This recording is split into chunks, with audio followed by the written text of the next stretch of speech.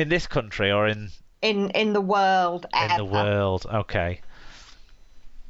This is a tough one. I should know the Bevan French one because we only talked about it last week. Right. Okay, so Bevan French's was in the NRL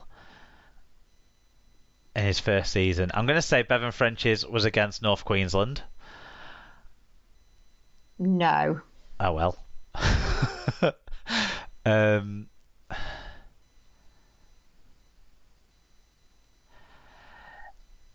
Mikey Lewis's was against.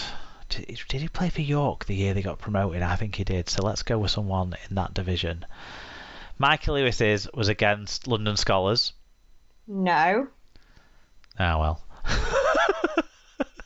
Ash Handley's was against.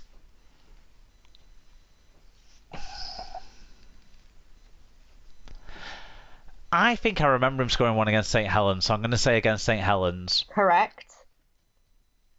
And Daryl Alfert's, it will have been when he was at Hemel, probably, wouldn't it? So I'm going to say London Scholars again. Wrong. Ah. So Bevan French was against Cronulla.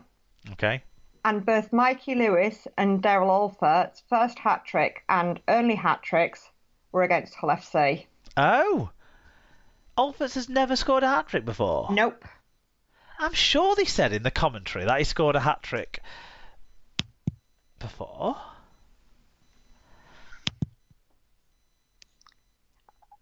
Yeah, well, I must confess I have not watched the commentary back to listen to what they have said. But I know Mikey Lewis, it was his first hat-trick. Yeah, fair play. Which doesn't surprise you, does it? Halfbacks don't score a ton of hat-tricks. I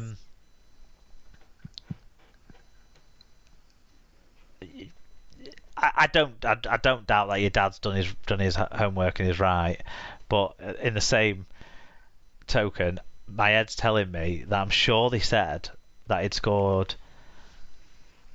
Maybe I'm wrong. Well, I must be wrong. Your dad obviously knows what he's talking about.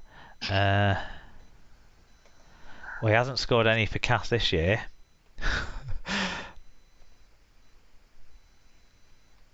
He didn't score any for Cass last year.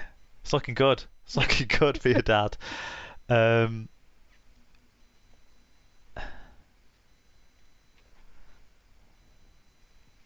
Maybe they did say it was his first one. Oh no, he scored one against Halifax for Salford.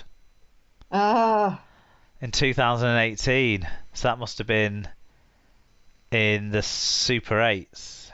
Yes. Right, retract the job offer of quiz writer. He scored one against the All Golds for Newcastle in 2017. Fucking carry on. He scored one for Hemel against South Wales in 2015. Just can't get the fact checkers these days, can you? But I enjoyed that quiz. I thought there were some good, tough questions. And if we just write off the last one...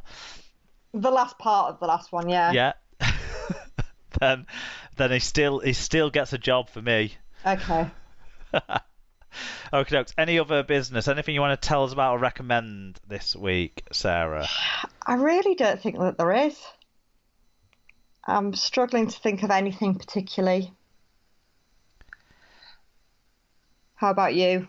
I went to watch Joe Lycett on Saturday in Manchester. It was a good show. It was entertaining stuff, as you would expect. It was supported by Catherine Boart. I thought she was really funny as well.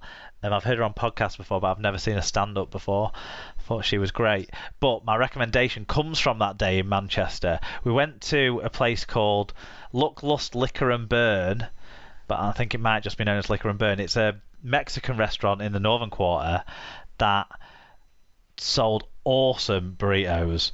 And I think, like, the trick, obviously they've got some really nice sauces in there and stuff that helps the flavours, but their trick is, instead of rice, the carb they put inside the burrito is chips, it's fries. Okay. So, yeah.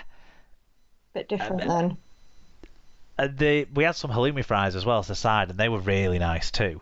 But yeah, the The burrito I had. Honestly, I've been thinking about it all weekend. Yeah. Next time I'm in Manchester, I'm gonna like see how I can go and get another. It was so they were like 12 quid, 13 quid, and you think that's quite a lot for just a burrito. Yeah. But it's worth it. No, it was definitely worth it. They were absolutely packed full. They were, your full meal with just your side that you'd expect to pay that sort of money for. It was like 30 quid for both our burritos and the side, I think, something like that. 28 quid, 30 quid. Honestly, it was so nice. Yeah. Emma's was nice too. I finished hers off. So they obviously would fill you up because she couldn't eat it all. Yeah. I finished hers off, and that was nice too. She had a chicken one, but yeah, mine one was can't remember what it's called, but it was the first one on their menu, and it was incredible. Excellent. Yes. I can't recommend it highly enough. Honestly, I'm still thinking about it. Right. I need to figure out what's happening next week. Do we think it's probably David? It's probably David, isn't it? Yeah. He's been off this week, hasn't he? He's been away somewhere again. He's always away. That's his nice little retirement life that he's got. Yeah. Yes, it's David next week. We've got a guest host coming up in a few weeks. I'll have to get in touch with him to make sure he's still in line for that on the 16th of August. So that's coming up in a few episode times as well. But it's David next week. And yeah, do you want to remind people where they can find us and how to share the show and that sort of stuff? Yep, so you can find us at Super League Pod on Twitter and Instagram, facebook.com/Super League Pod. You can get in touch with us at superleaguepod@gmail.com, superleaguepod.com. You can search for the show on Spreaker, Apple Podcasts, Google Podcasts, Podcast Addict, Stitcher, Spotify, Overcast, or anywhere you normally find your podcasts. And we're on YouTube too. Yeah, shout out to our friends Rob's Megastore. Enter SLP10 on checkout, get 10% off your order. Little Warden Vital Alerts for hidden issues. Head to littlewarden.com to see what they can do for you. And Sarah's bookcase. Sarah sells books with access to over 3,000 titles from baby to young adults. There's something for everyone. Find out more on Facebook. That's it. Yep. Probably one of our longer discussions on Super League. But I think it's getting to that point, innit? And also, Degsy offering out fans gave us 20 minutes of chat, didn't it? Yeah. But I've enjoyed it. Yep. Do you know what? I've enjoyed it way more than I was anticipating, Sarah, given our team's lost. Yeah, I must admit, I've warmed up as the evening's gone on. I feel like if I talked about Hull's game now, I'd properly get irate, so...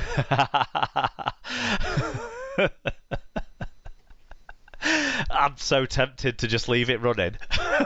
Go and make myself a brew, let you rant and just tack that on as the Easter egg. But we won't do. What we'll do is we'll say thank you to everyone for listening to episode 351 of your favourite rugby league podcast, the Super League Pod, and we'll speak to you all soon.